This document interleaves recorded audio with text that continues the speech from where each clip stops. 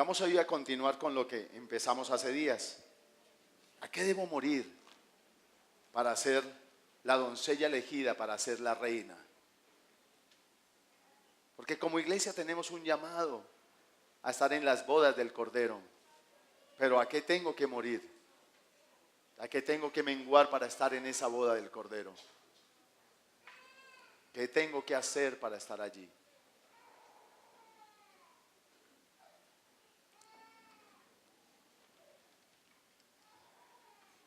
Y dijimos que íbamos a mirar 5 cositas a las que tenemos que morir. Hay muchas, pero para despojarnos de ese viejo hombre y vestirnos del nuevo, el cual es conforme a Cristo, el cual se renueva día a día.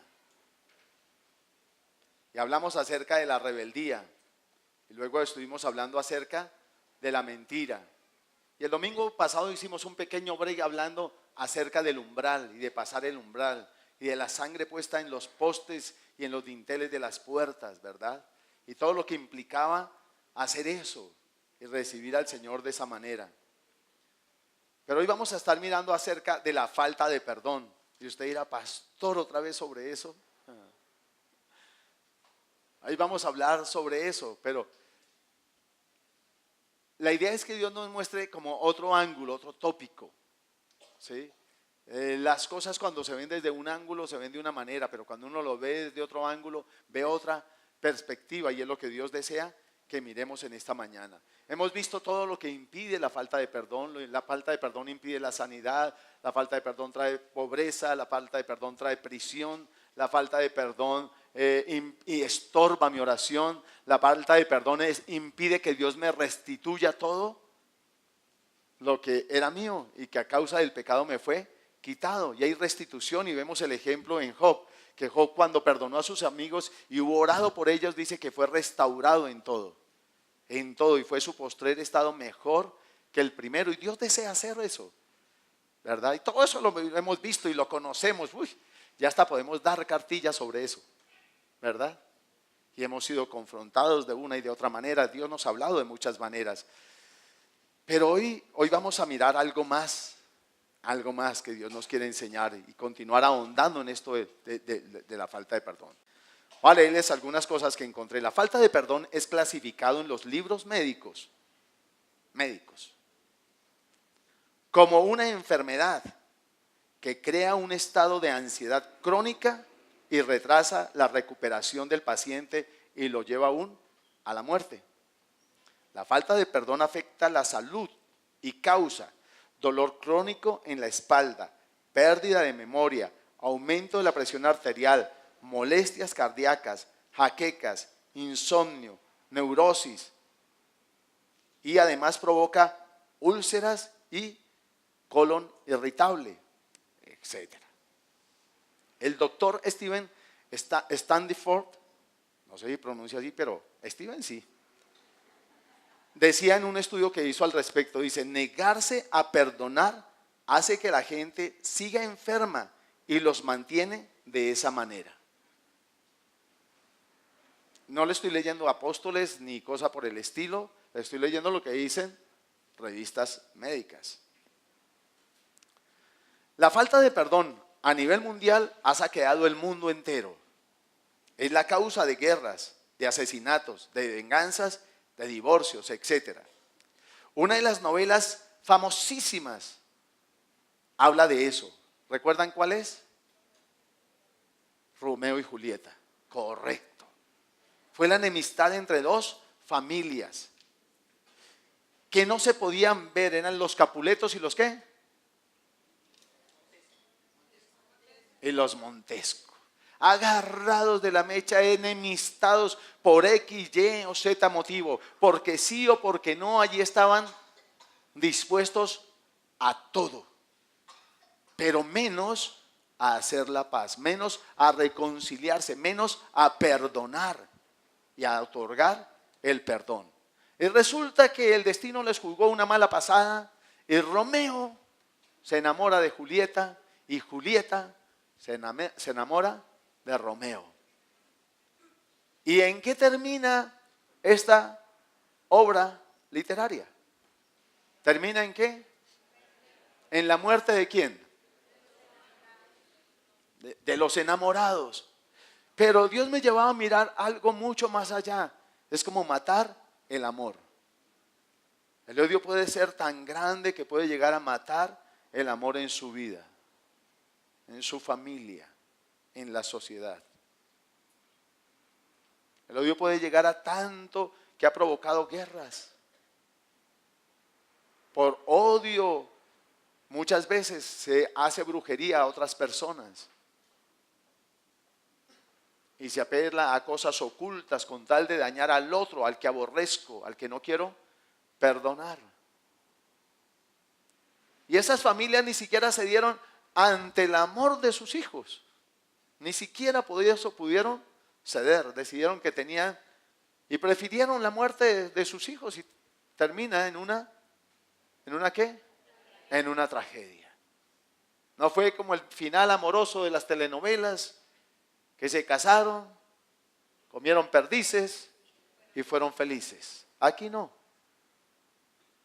Ni se casaron, ni comieron perdices, ni fueron felices. Fue toda una tragedia que ha trascendido la historia de la literatura. De hecho, se han hecho películas, se han hecho obras de teatro, aún cosas a nivel de ópera y de zarzuela. Pero esa obra nos tiene que hablar a nosotros. Porque nosotros usamos frases como la siguiente: no puedo olvidar, lo perdono, que Dios lo bendiga, es más, hasta que lo bendiga, pero no quiero verlo más, nunca más. Lo perdono, pero lo quiero lejos. Hasta usamos frases que acomodamos a la Biblia. Es que la Biblia dice manso, pero no menso. Y eso no lo dice la Biblia, pero aún acomodamos frases como esa. Y todo esto nos ha servido como base para no perdonar.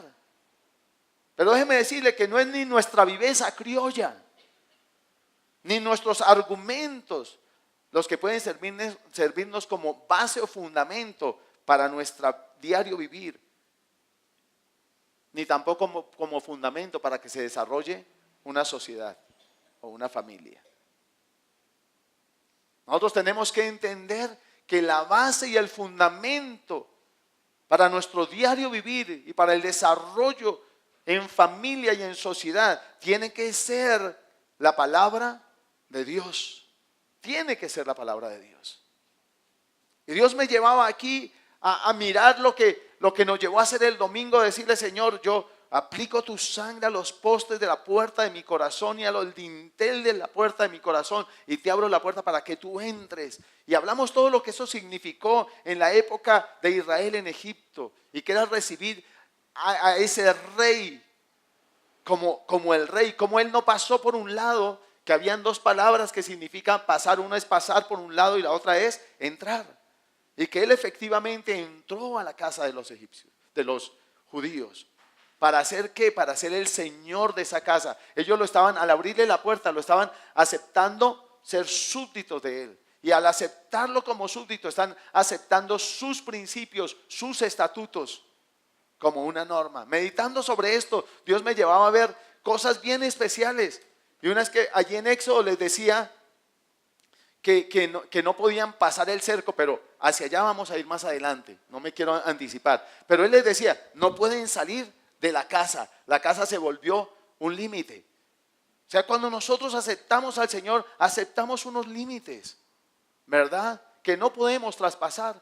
Y entonces es cuando podemos entender que su palabra y sus estatutos y ordenanzas son el fundamento sobre los cuales nosotros vamos a edificar toda nuestra vida. Nuestra vida financiera, nuestra vida social, nuestra vida cultural, nuestra vida intelectual, nuestra vida sentimental, emocional, familiar, económica, laboral, financiera. Toda la podemos edificar sobre ese fundamento. No la podemos seguir fundamentando en nuestros argumentos, ni fundamentándola según la cultura en medio de la cual estamos. Creo que vayamos al libro de Hebreos. Hebreos capítulo 12.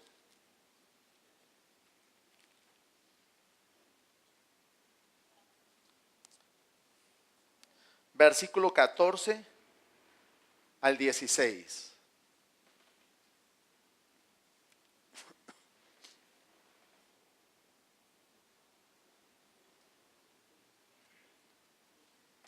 Padre, queremos darte gracias por tu palabra en esta mañana. Gracias por abrirla para nosotros y gracias por alumbrar los ojos de nuestro entendimiento. Espíritu Santo, gracias por guiarnos al conocimiento de toda la verdad. Dice así la palabra: seguid la paz, ¿con quién? Con todos. Y la santidad, sin la cual nadie verá al Señor. Mirad bien, no sea que alguno deje de alcanzar la gracia de Dios, que brotando alguna raíz de amargura os estorbe y por ellos sean muchos contaminados. No sea que haya algún fornicario o profano como Esaú, que por una sola comida vendió su primogenitura. En otra versión dice lo siguiente, tenga ahí, vaya leyendo en esa, en la Reina Valera, pero en otra versión dice así: esfuércense por vivir en paz con todos. ¿Qué dice? Esfuércense por vivir en paz con todos. Procuren una vida santa, porque los que no son santos no verán al Señor. Cuídense unos a otros para que ninguno de ustedes deje de recibir la gracia de Dios. Tengan cuidado de que no brote ninguna raíz venenosa de amargura, la cual los trastorne a ustedes y envenene a muchos. Asegúrense que ninguno sea inmoral y profano como Esaú, que cambió sus derechos de primer hijo varón por un simple plato de comida. En el Sermón del Monte, que lo encontramos en el Evangelio de Mateo, versículos 5, 6 y 7, Jesús enseñó que el reino de Dios consiste en actitudes.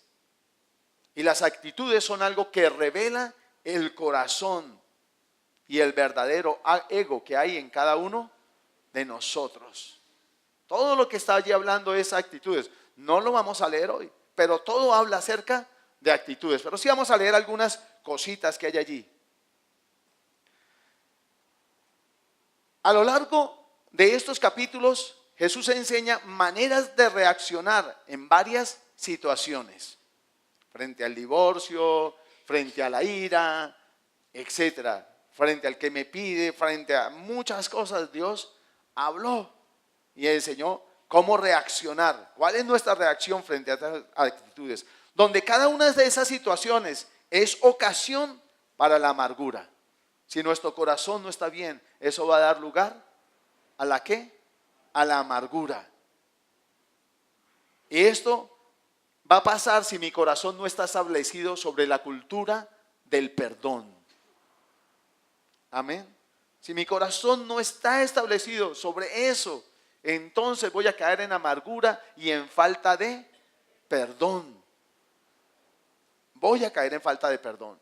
Algo que Dios le dijo a Caín fue: el pecado está a la puerta, mas su deseo será para contigo y tú te enseñorearás de él. Está diciendo, mire, el pecado está dispuesto a someterse, pero tú tienes que enseñorearte de él. En el Nuevo Testamento dice que el pecado no reine, o sea, no gobierne en vuestros corazones. Y sabe que en esta porción de Mateo también nos habla de esto. No es simplemente no perdono, es que yo estoy dejando que un sentimiento me empiece a gobernar, a manejar. Más allá de tú levantarte y decir, ay, pastor, por décima vez, bueno, yo lo voy a ir a perdonar. Perdono. ¿Sí? No. Es darnos cuenta quién me está gobernando. Eso es lo que Dios quiere mostrarnos ahora. Ahora estamos en su reino, le invitamos a entrar por el umbral de nuestra casa, por la sangre del Cordero. Le hemos reconocido como rey, y todo rey, déjeme decirle, en su reino traza sus estatutos, sus normas. Y yo le digo, sí, rey, yo me someto acepto tus principios, acepto tus estatutos como norma de vida para mí, para mi casa y para mis bienes. Amén.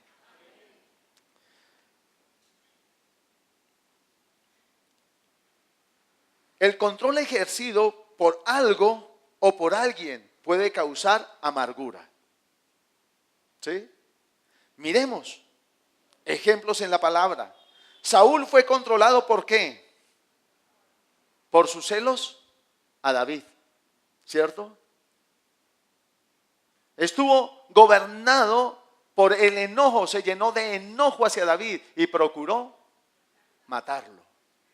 Estaba enceguecido, dominado, controlado por los celos, por un sentimiento que lo llenó de amargura. No supo cómo reaccionar frente a los éxitos de David.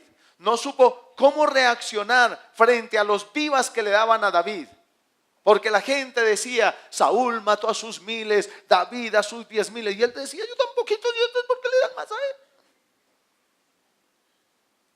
Y no supo cómo reaccionar, no supo qué actitud tener. Hay gente que va a hacer las cosas mejor que usted. Déjenlos, bendígalos. Sus triunfos, los triunfos de ellos también son su triunfo. Hay padres que a veces no saben cómo reaccionar frente a los éxitos de sus hijos y se sienten celosos y se ponen bravos y hasta terminan echándolos de la casa porque su hijo es más exitoso que él.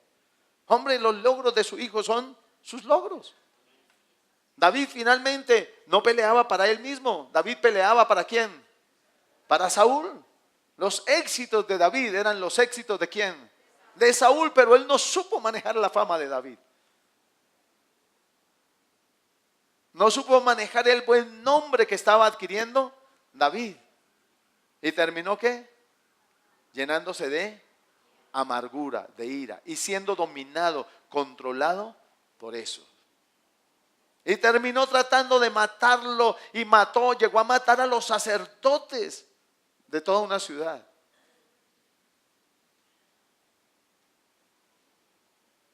¿Porque odiaba a los sacerdotes? No, porque odiaba a David. Su corazón se llenó de odio, de rencor, de resentimiento, de amargura. Y es lo que Dios quiere que a nosotros no nos pase.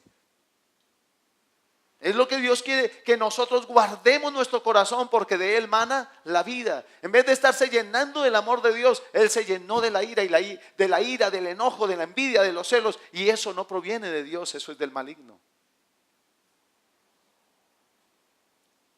Otro ejemplo es Esaú. ¿Qué hizo Esaú? ¿De qué se dejó dominar? De un apetito personal. Él quería satisfacerse a sí mismo. Y dominado por eso, terminó vendiendo sus derechos de hijo mayor. Él dijo, deme, yo para qué quiero eso, a mí de qué me sirve, si yo lo que estoy es muriéndome. Y sabe que a veces nosotros no perdonamos porque queremos satisfacer nuestro apetito de venganza. Y decimos, Señor, te lo entrego para que tú hagas justicia. Uy, Señor, nada que cae un rayo y lo parte. Señor, yo te lo entrego, lo perdono. Tú me haces justicia. Tú eres quien hace justicia por mí. Pasó la calle y no lo mató un carro. Y estamos pendientes a ver Dios qué le va a hacer.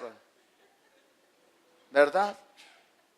Porque no soltamos y nos dejamos dominar de nuestras pasiones y deseos. Y perdió todo. Y después dice la palabra que Esaú procuró aún con lágrimas su primogenitura. Pero él ya la había vendido. Él ya la había entregado. Lo siento. Y lo que el otro no quería, Jacob lo quiso. No lo menospreció. ¿Sabe que a veces perdemos tanto la gracia y el favor de Dios por satisfacer un apetito nuestro? Y terminamos dándole la espalda a Dios. Dice que Saúl, por ejemplo en el caso de Caín, Caín cuando mató a su hermano, ¿estaba dominado por algo? Él no pudo aceptar que su hermano presentara mejores cosas a Dios y que agradara más a Dios. Y cuando salió, al igual que Saúl, se fue hacia el oriente. Y salir hacia el oriente era darle la espalda al templo, a la entrada, porque la entrada está de cara al oriente. Y caminar hacia el oriente es darle la espalda a la entrada y es darle la espalda a Dios. Pero prefiero satisfacer mi ira, mi enojo. Es como salir por la puerta, salir de su presencia. Es decir, prefiero esto a quedarme esperando a que tú hagas. Yo tengo que hacer. Yo me voy a satisfacer a mí mismo. Y no hay tal. No hay tal. Caín se dejó llevar de su enojo. Israel camino a Mara. Salen, pasan el mar rojo. Dios abrió una puerta. Es rojo, nuevamente un umbral. Y pasa por ahí. Tiene ese nombre de rojo. Y pasa en seco al otro lado, victorioso. Y caminan 3 días. Después de haber pasado por el mar rojo. Después de haber entrado por esa puerta. Y lo que hace es empezar ¿a qué? A renegar y a quejarse y a maldecir. Ojalá muriéramos aquí, ojalá. Y llegan a Mara y aguas y las prueban amargas. ¿Sabe que cuando uno está en amargura habla cosas feas? Como ojalá me muriera, yo no sirvo para nada, a nadie le hago falta, etcétera. ¿Alguna vez a alguno le ha pasado eso? No, levanten las manos. A todos nos ha pasado, ¿verdad? Pero Dios nos está mostrando estas cosas porque no nos pueden volver a pasar ni nos pueden seguir pasando. Dios te dio vida y sí vas a pasar por lugares o sitios que el enemigo va a usar para producir amargura a tu corazón. Pero déjeme decirle, Dios ha preparado un árbol que transforme el lamento en baile. Y las aguas amargas se tornaron en dulce. Y déjeme decirle, ese árbol es tipo de Cristo, el único que puede cambiar tu circunstancia en cualquier momento y lugar. Amén. Lo importante es que tú no caigas en queja, en renegar. Ellos se quejaron contra Moisés, se quejaron contra Dios, se quejaron contra todo, contra la tierra, contra todo. Se quejaron antes de pasar el mar. Vieron la mano poderosa de Dios, cómo abrió esa puerta para que ellos pasaron. Puerta que no pudieron pasar los egipcios. Que quisieron pasar, pero no pudieron pasar, porque ellos no estaban bajo el pacto de la sangre. Sus enemigos querrán pasar la puerta detrás de usted, querrán echarle el guante, pero no podrán, porque usted pasó por la puerta, por la sangre del Cordero. Amén. Y Dios cambiará esas aguas amargas en aguas dulces.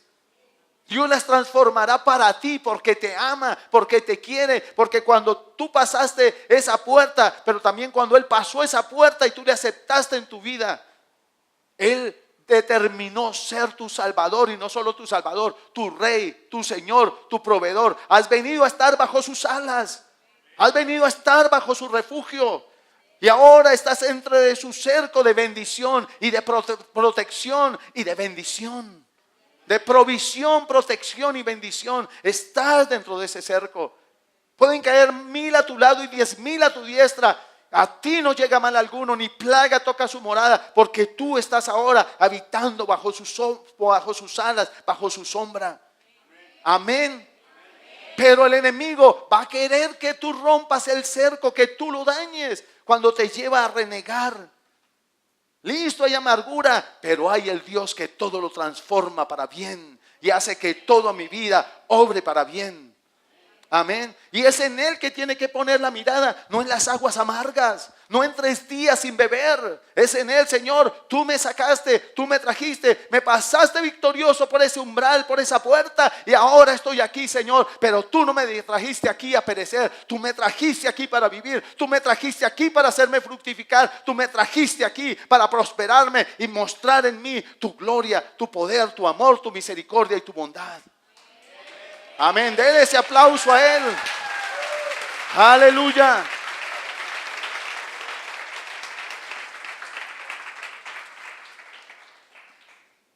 ¿Cuántas veces hemos estado por ahí por los lados de Mara? Las 10 tribus, por su rebelión e inconformidad, estuvieron dominadas por la rebelión. Se rebelaron a David, no lo aceptaron como rey. Después lo aceptaron. Pasa Salomón, pasa Roboán. Roboán, dice la palabra, que de parte de Dios incrementó los impuestos. ¿Fue capricho de Roboán? No, fue Dios quien lo permitió. Pero aquellas 10 tribus no supieron reaccionar frente a eso. Tuvieron una mala actitud y la tuvieron porque en su corazón habían albergado falta de perdón. No sé qué les hizo David, no sé qué les hizo el papá de David, pero ellos no querían nada que ver con el hijo de Isaí. O sea que venían con una amargura de ¿cuánto? De generaciones. Había pasado de generaciones y finalmente ellos se dejaron gobernar por la rebelión, por la amargura y dijeron cada uno a su tienda y se fueron cada uno a su tienda. Y decidieron que no se iban a someter a esos impuestos. Finalmente las 2 tribus, Judá y Benjamín, tuvieron cómo pagar sus impuestos. Y las otras 10 tribus, ¿qué? Se perdieron. ¿Qué los perdió? Aquello que permitieron que gobernara sobre sus vidas. Caín, el pecado está a la puerta. Su deseo será para contigo y tú te enseñorearás de él, pero Caín decidió no hacerlo. Aquellos hombres de esas tribus decidieron que la rebelión los iba a gobernar y decidieron no perdonar y decidieron no someterse y finalmente terminaron dañados porque traían un resentimiento de lejos que había pasado de generación en generación, un resentimiento bien cultivado. ¿Sí? Ahora, quiero hacerle 2 preguntas. Número 1, ¿por qué Jesús en el Sermón del Monte habló acerca de la ley? Veamos, Mateo 5. Volvamos al libro de Mateo.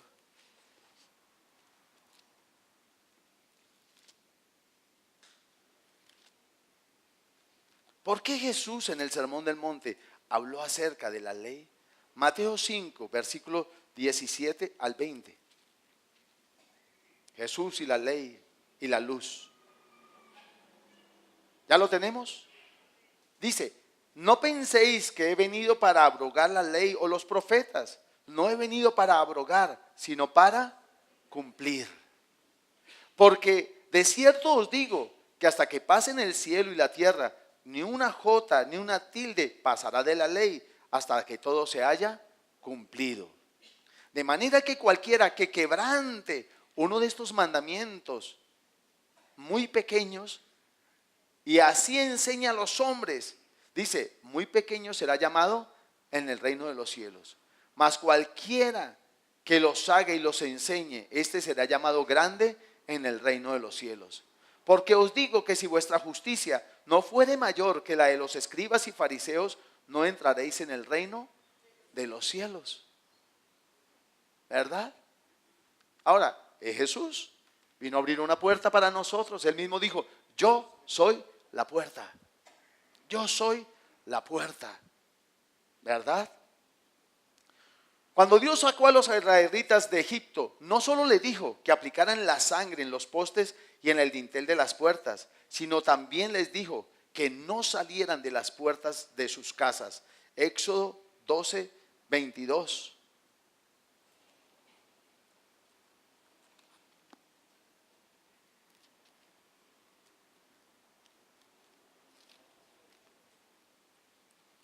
Éxodo 12, 22. Dice, y tomad un manojo de hisopo y mojadlo en la sangre que estará en un lebrillo, y untad el dintel y los 2 postes con la sangre que estará en el lebrillo. Y ninguno de vosotros salga de las puertas de su casa, ¿hasta cuándo? Hasta la mañana. Ninguno salga hasta la mañana. ¿Qué pasaba si salían? Era una orden. Era un mandato. Así que Jesús les puso unos límites, unas fronteras que no debían traspasar. ¿Recuerdan a quién más le dieron esta misma orden? No, después de Éxodo. ¿Recuerdan a quién más le dieron esta orden? ¿A quién?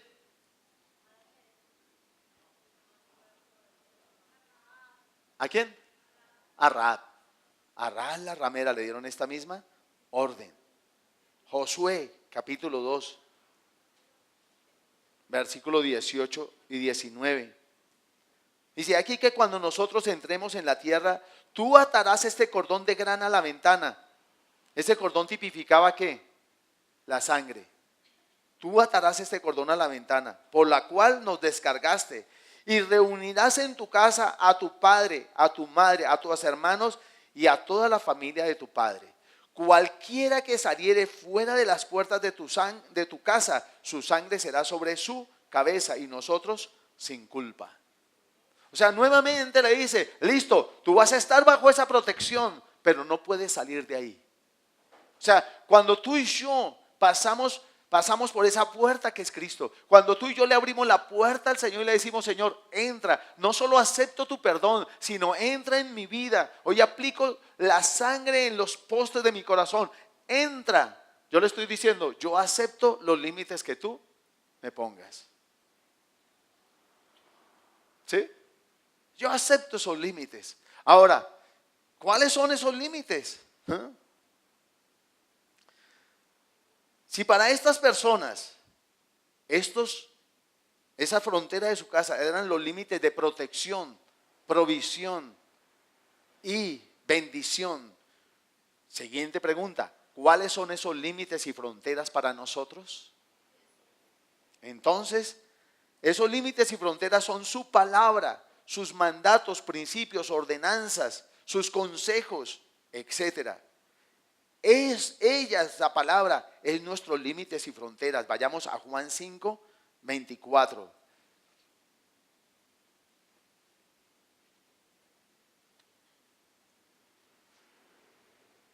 Por eso el enemigo hoy esgrime tanto que la ley, que ya no estamos bajo la ley.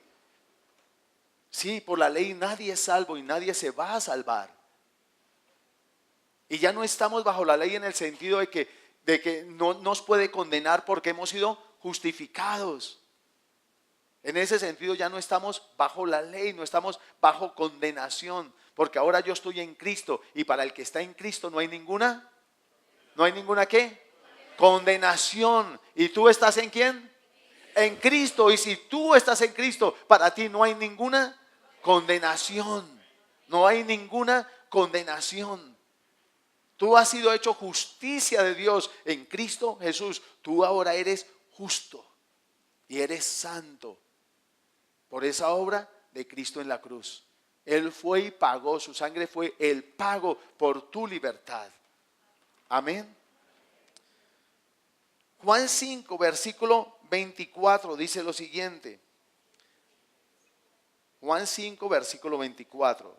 De cierto os digo, el que oye mi palabra y crea al que me envió, tiene vida eterna y no vendrá a condenación, mas ha pasado de muerte a vida. ¿El que oye qué? Su palabra. Déjeme decirle, Jesús y la palabra son uno.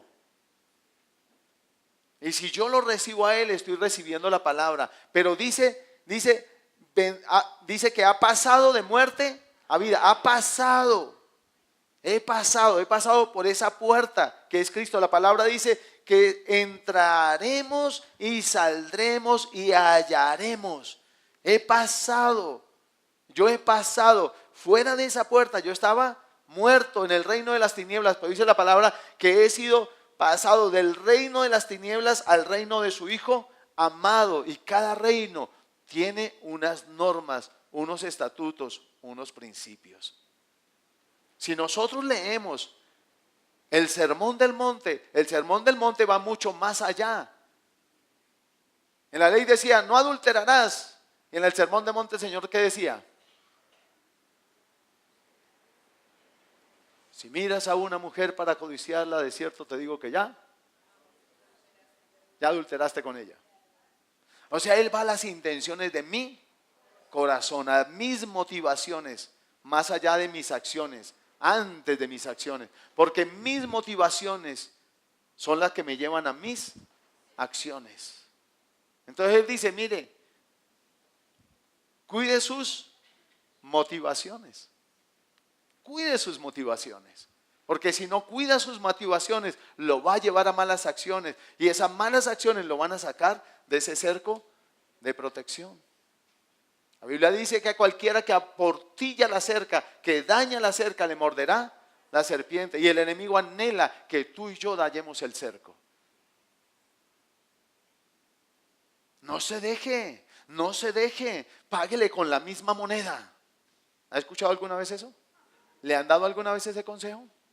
No sea bobita, mija, consígase otro. Un clavo saca otro clavo, pero antes de sacarlo, la tronera que hace, ¿oyó? Claro. Coja una puntilla, atravese una madera y luego coja esa otra puntilla y empiece a darle punta contra punta. Y verá que cada que se resbala, va perforando por los lados la madera, de la cual quiere extraer el clavo. ¿Qué dice? ¿Qué le está diciendo al enemigo? Dañe el cerco. Que eso me da oportunidad a mí de hacer mi trabajo. Mi trabajo es hurtar, matar y destruir. El trabajo de Dios es dar vida. Ya les dio vida, ya los puso en un cerco. Pero ahora yo necesito que ustedes salgan del cerco para que faciliten mi trabajo. Y por eso nos lleva a la rebeldía y por eso nos lleva a la murmuración. Cosas de las que ya hablamos que tenemos que morir.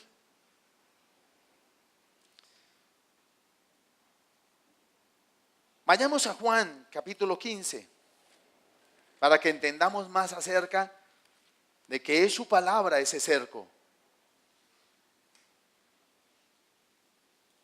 Leamos desde el versículo 1 para que entendamos un poquito. Dice, yo soy la vid verdadera y mi padre es el labrador. Todo pámpano que en mí no lleva fruto lo quitará, y todo aquel que lleva fruto lo limpiará para que lleve más fruto.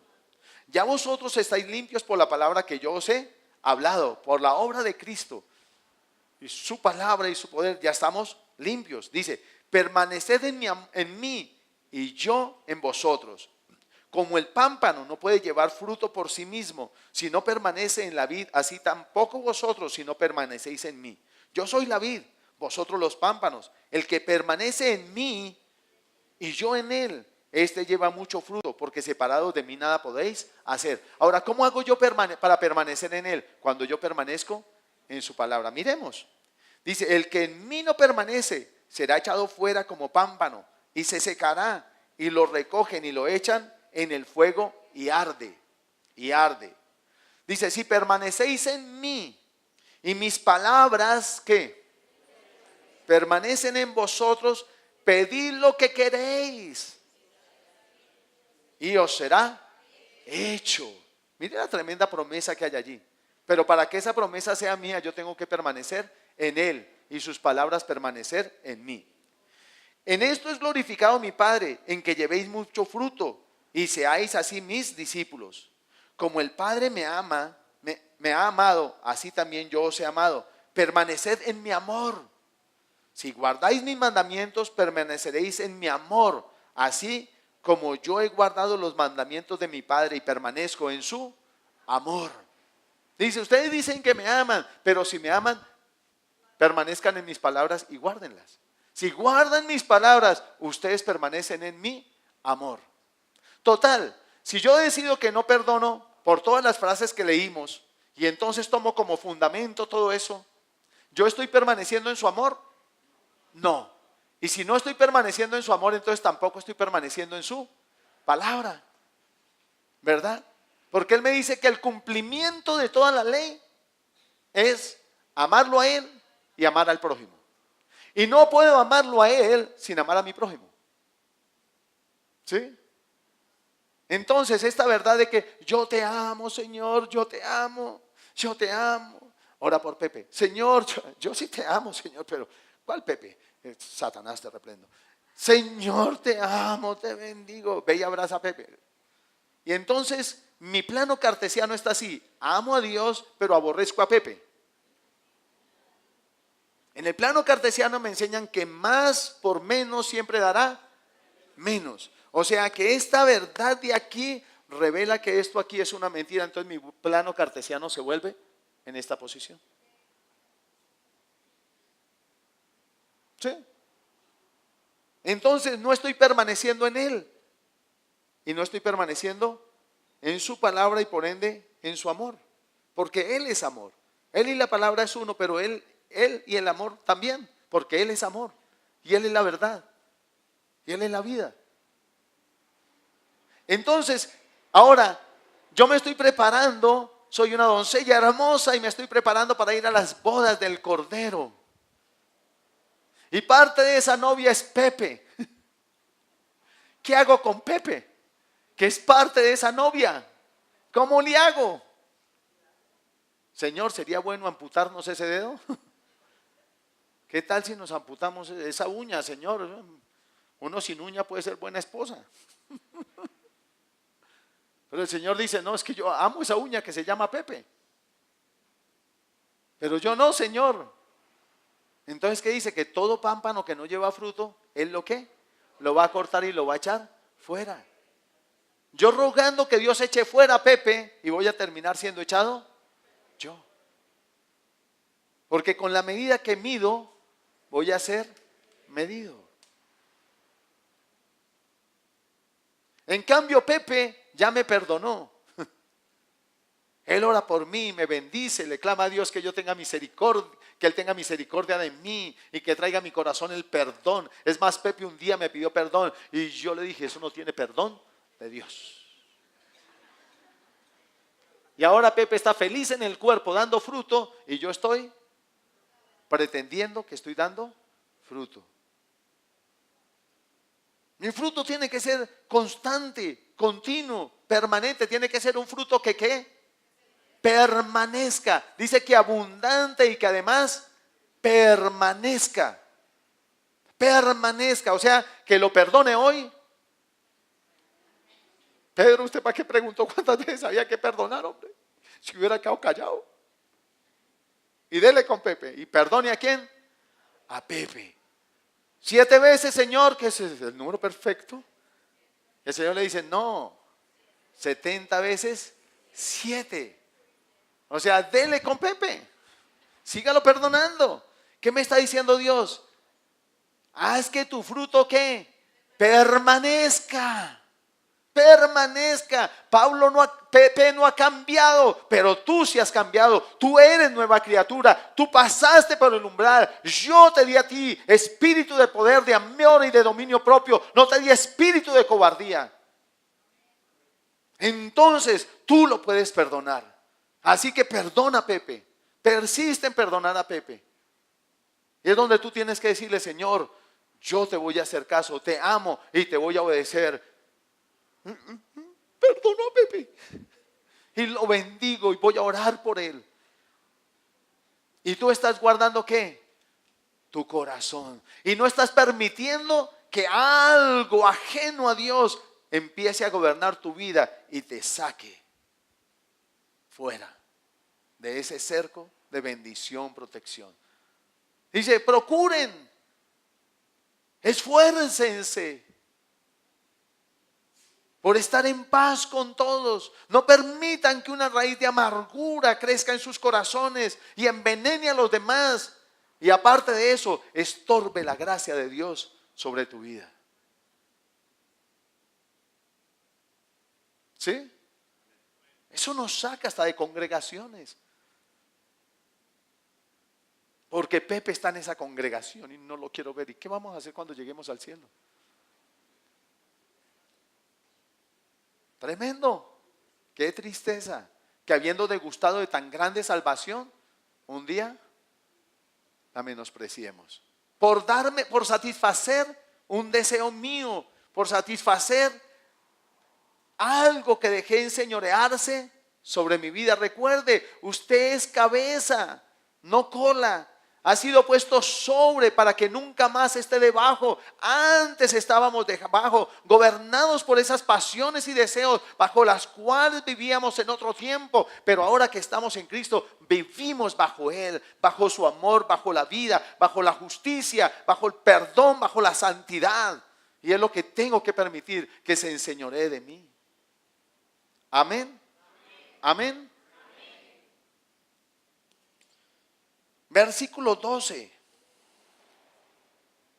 Este es mi mandamiento, que os améis unos a otros, ya no como a ti mismo. Ahora cambia. ¿Y qué dice? Como yo os he amado. Uy, cambia el mandato. ¿Sí ve que ahora las cosas son más profundas? Ya no estoy bajo la ley, pero la ley le decía, ame a su prójimo como a usted mismo. ¿Y ahora qué le dice? Ahora que usted no está bajo la ley, ¿cómo debe amar a su prójimo? Como Él me amó. Dice la palabra que Él me dejó pisadas para que nosotros las sigamos. Y que haya en nosotros el mismo sentir que hubo en Cristo.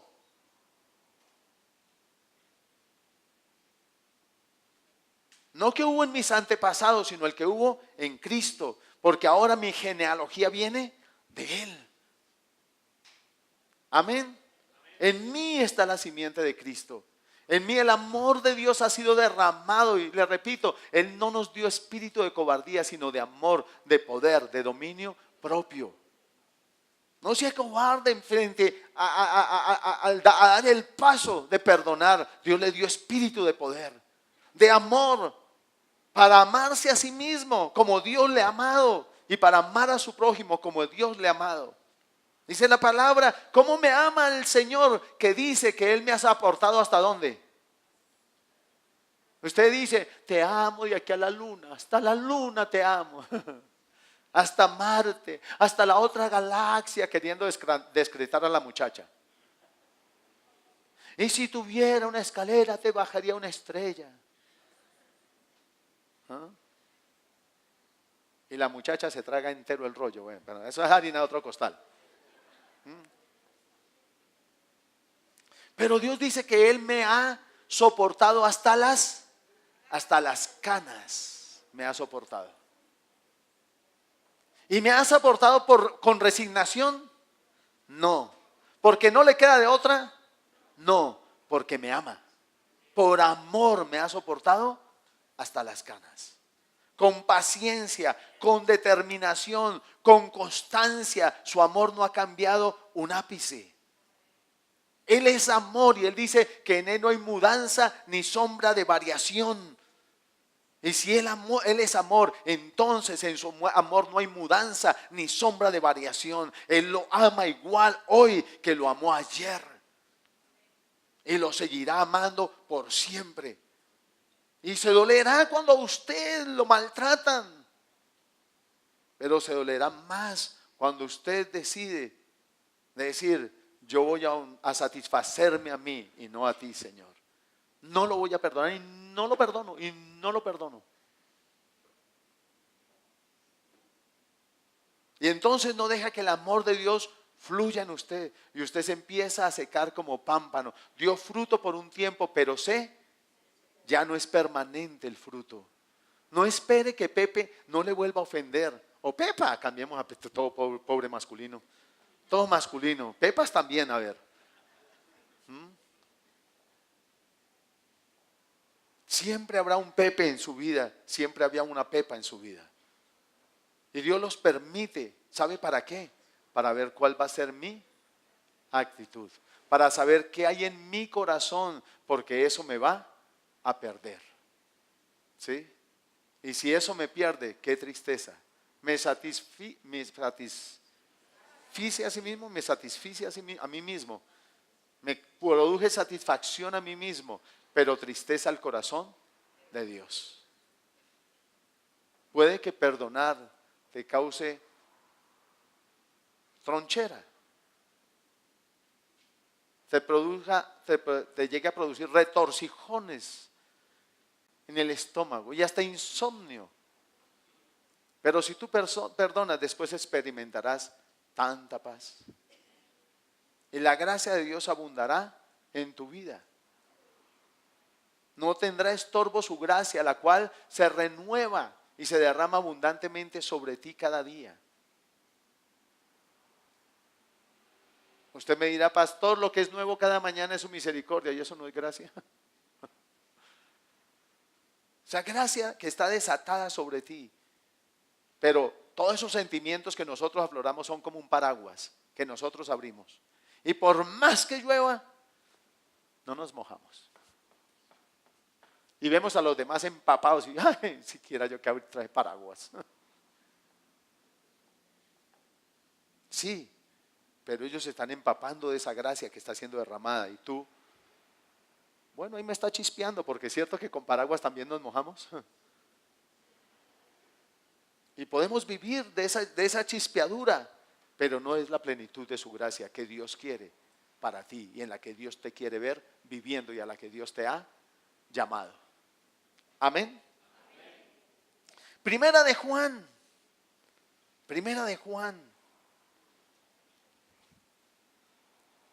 Sí, señorita, de Juan.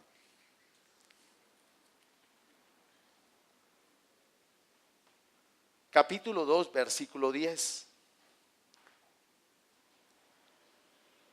Dice, el que ama a su hermano permanece en la luz y en él no hay tropiezo. Ahora, ¿quién es la luz? Jesús. Entonces, si yo amo a mi hermano, no solo estoy permaneciendo en su amor, dice que estoy permaneciendo en la luz. Y si yo estoy en él, no hay ningunas tinieblas en mi vida, no hay tinieblas a mi alrededor, porque yo estoy en aquel que es la luz. Porque la falta de perdón no es de luz, es de tinieblas. La venganza, el rencor, la rencilla, todo eso no es de luz.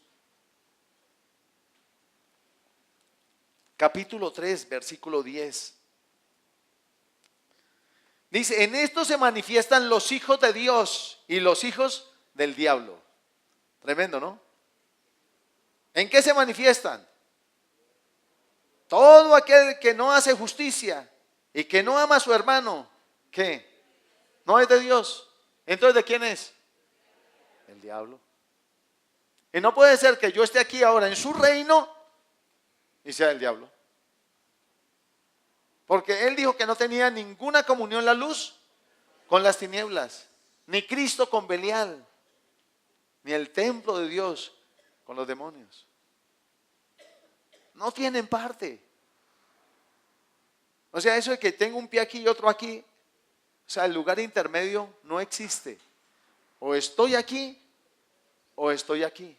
Y si estoy aquí, debo obrar consecuentemente con el lugar donde estoy. Y si estoy aquí, pues voy a obrar consecuentemente con el lugar donde estoy. Porque ese lugar determina qué me gobierna.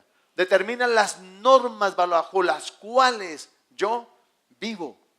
Y si yo me quiero desposar con él, estar en las bodas del Cordero, aquí tengo que empezar a andar bajo sus principios, sus normas, sus estatutos. ¿Sí? Que van mucho más allá de no adulterar. Que está tocando directamente a las intenciones de mi corazón, porque de la abundancia del corazón procede todo. Del buen tesoro el hombre saca lo bueno, o del mal tesoro el hombre saca lo malo. Por eso él dijo siempre, por los frutos los conoceréis. Y los frutos son acciones, son reacciones, son actitudes que yo tengo frente a las circunstancias, frente a los Mara, frente a los David exitosos. Frente a los Abel que ofrecen, lo acepto delante de Dios.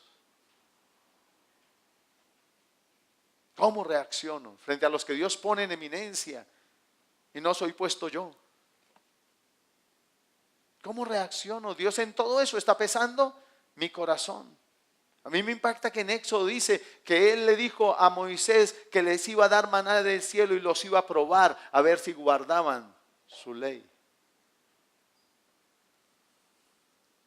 Y Dios nos dio a nosotros el verdadero pan que descendió del cielo. Y somos justificados y hechos justicia de Dios en Cristo de Jesús. Ya somos santos y aunque nuestra alma está en un proceso de santificación, estamos llamados a vivir en el Espíritu y a no satisfacer los deseos de la carne. A despojarnos del viejo hombre que está viciado con sus hechos y a vestirnos del nuevo, el cual es conforme a Cristo y se renueva día a día. Amén. Estamos leyendo el día, ¿cierto? Porque este es el mensaje que habéis recibido desde el principio, versículo 11, que nos amemos unos a otros. Eso está desde el principio, desde el Antiguo Testamento. Que nos amemos unos a otros. No como Caín, que era del maligno y mató a su hermano. ¿Sí ven lo que dice? ¿Bajo quién estaba Caín? Bajo el maligno. Haciendo lo que el enemigo quería. ¿Y por qué causa lo mató? Porque sus obras eran malas y las de su hermano justas. Hermanos míos, no os extrañéis si el mundo os aborrece. Ahí me pasé un versículo. Nosotros sabemos que hemos pasado ¿de qué? De muerte a vida. ¿En qué sabemos que hemos pasado de muerte a vida? Ahora venimos a la Iglesia Cristiana Filadelfia. No. Asisto a la iglesia. ¿Por qué sabe que ha pasado de muerte a vida? Es que es para no nombrar ninguna otra congregación. Entonces, asisto a la iglesia y ¡pum! ¿Listo? Es otra denominación, usted no la conoce. No. Nosotros sabemos que hemos pasado de muerte a vida. ¿En qué? ¿Me lo quieren leer? ¿En qué? Ay, pero se pusieron tímidos. ¿En qué? No les puede costar decirlo. ¿En qué? En que amamos a nuestros hermanos. El que no ama a su hermano permanece ¿en qué? En muerte. O sea, no ha pasado de muerte a vida. No ha pasado por ese umbral. Ni ha permitido que Dios verdaderamente entre por el umbral de la puerta de su vida. Si aceptó el perdón de Dios, como aquel paralítico en Betesda, postrado por su pecado, aceptó la sanidad, pero no permitió que Dios gobernara su vida y siguió en su pecado. Muchos se congregan porque me va bien, porque me siento en paz, porque se siente chévere, porque se siente rico, pero en su diario vivir continúan como el paralítico de Betesda. Y Jesús se lo encontró en el templo, y fue en el templo. ¿Dónde estaba? No dice que Jesús se lo encontró en la taberna, dice que lo encontró en el templo. ¿Y qué le dijo? No sigas pecando para que no te venga algo peor. ¿Qué le estaba diciendo Dios? He cambiado tu vida, la he sacado de postración. No hubo quien moviera el pozo, pero yo he venido para mover el pozo para ti, el estanque para ti. Yo soy el agua viva que se mueve para ti continua y permanentemente. Soy sanidad para tu vida, soy bendición para tu vida. Si entras a este estanque una y otra vez, serás sano, recibirás bendición. Pero tienes que permitir que yo entre en tu vida. Y tienes que aceptar que mis principios son mejor que tus principios. Y que si quieres parte conmigo, tienes que vivir bajo mis principios. Tienes que hacerlo, y si no, estás perdiendo el año. A veces queremos que seamos sanados, si no somos sanados y Dios dice, perdone. Si con todo lo que le pasó a Job, aunque no había pecado y era un hombre justo, como Dios mismo da testimonio de él, pero si él a última hora se raja y dice, yo no oro por ustedes, parrandas sinvergüenzas, pues si Dios no los quiere recibir, yo tampoco los recibo, y no ora por ellos, su condición no cambia. Tremendo, ¿no? Pero cuando esos hombres vinieron, él les dijo, listo. Los tuvo que perdonar primero y después hacer el sacrificio y orar por ellos. Y dice que cuando hubo orado por ellos, empezó a ser restituido en todo. En todo. Y su postrer estado fue mejor que el primero. Volvamos a Mateo, capítulo 5.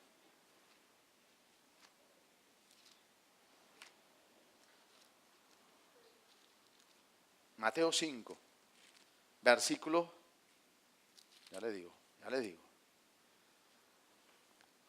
Versículo 29, pero vamos bueno, dice así, acerca del adulterio, dice, oíste que fue 27, no cometerás adulterio, pero yo os digo que cualquiera que mira a una mujer para codiciarla, ya adulteró con ella en su corazón. Por tanto, si tu ojo derecho te es ocasión de caer, ¿qué? Sácalo. Listo. Échalo de ti, pues mejor es que se pierda uno de tus miembros, sino que todo tu cuerpo sea echado en el infierno. Y si tu mano derecha te es ocasión de caer, ¿qué? Córtala y échala de ti, pues mejor es que se pierda uno de tus miembros, y no que todo tu cuerpo sea echado al infierno. Ahora pregunto, ¿Jesús se está refiriendo específicamente a sus miembros? Porque Él dice, el que adultera en su corazón. ¿Sabe qué es lo que es verdaderamente hay que sacar? Eso que me lleva a mirar con codicia a la mujer. Eso que me lleva a mirar con codicia los bienes de mi prójimo. Eso que me lleva, eso que hay en mi corazón, que me lleva a usar mal los miembros de mi cuerpo, que me lleva a usar los miembros de mi cuerpo para pecar. No van a salir de aquí, es que ¿para dónde va? A conseguirme una sierra, porque me voy a cortar la mano, y a conseguirme una espátula para sacarme el ojo, porque el pastor dijo, y la Biblia dice que hay que hacerlo. No, no, no, no, no. ¿Sabe qué es lo que hay que hacer morir? Lo que hay en nuestro corazón que nos lleva a esas codicias dañinas, a esos rencores, a esa amargura. Eso es lo que hay que hacer morir. Eso es lo que hay que arrancar de nosotros. ¿Mi ojo acaso tiene la culpa? Entonces mandemos mutilar todas las mujeres. Y nos quedamos mirándonos nosotros hombres. Igual, si esa lujuria y lascivia está en mi corazón, entonces es al hombre al que voy a mirar con lujuria y con codicia en mi corazón. Es a eso, y es al punto que Dios quiere llevarnos. ¿Quieres tú entrar por ese umbral y desposarte con Él y que tu corazón realmente sea de Él? Y decirle, Señor, no te voy a ser infiel con estos sentimientos. Quiero permanecer contigo, siendo uno contigo, caminando contigo. Te he aceptado como mi rey, te he abierto las puertas de mi corazón. Sé que me estoy preparando para estar en las bodas del Cordero, pero yo quiero ser contigo uno ya. ¿Cuántas veces personas van al altar añorando al novio o a la novia del ayer?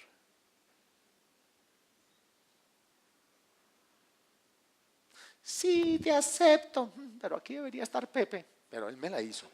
Él me la hizo y yo no lo perdoné. Y el otro, aquí debe estar Pepa, pero que sepa lo que se perdió. Y le está diciendo a este que sí, te amo, te quiero, te acepto. Pero ¿dónde está su corazón?